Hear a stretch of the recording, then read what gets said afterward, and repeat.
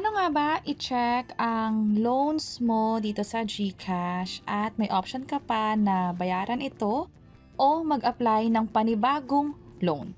By the way, kung first time mo sa channel natin and gusto mo pa ng mga online tutorial videos katulad nito, please click the subscribe button. Maaaring pwedeng maipadalang email sa inyo yung GCash kapag nag-loan kayo kung saan nandun yung loan ID.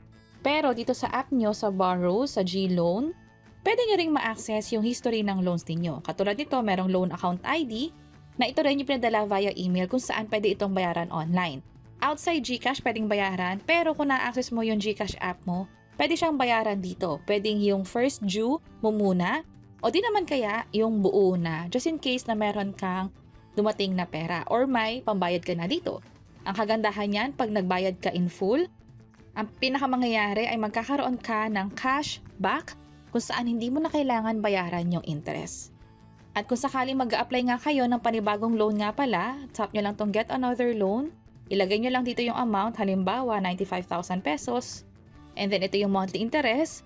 For 24 months, babayaran siya, and then loan purpose pwedeng medical. Ito yung summary, ibabawas na yung processing fee, and then tap nyo lang tong get this loan. I-review lahat ng information, makikita nyo kung kailan yung first due date niya. Scroll down sa baba, i-check lang lahat, and then i-tap na yung continue.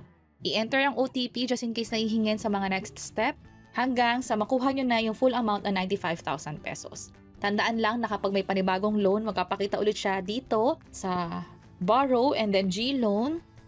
And from there, pwedeng bayaran or i-check yung details katulad ng kailan ba yung due date nito at ilang buwan pa ba yung dapat bayaran.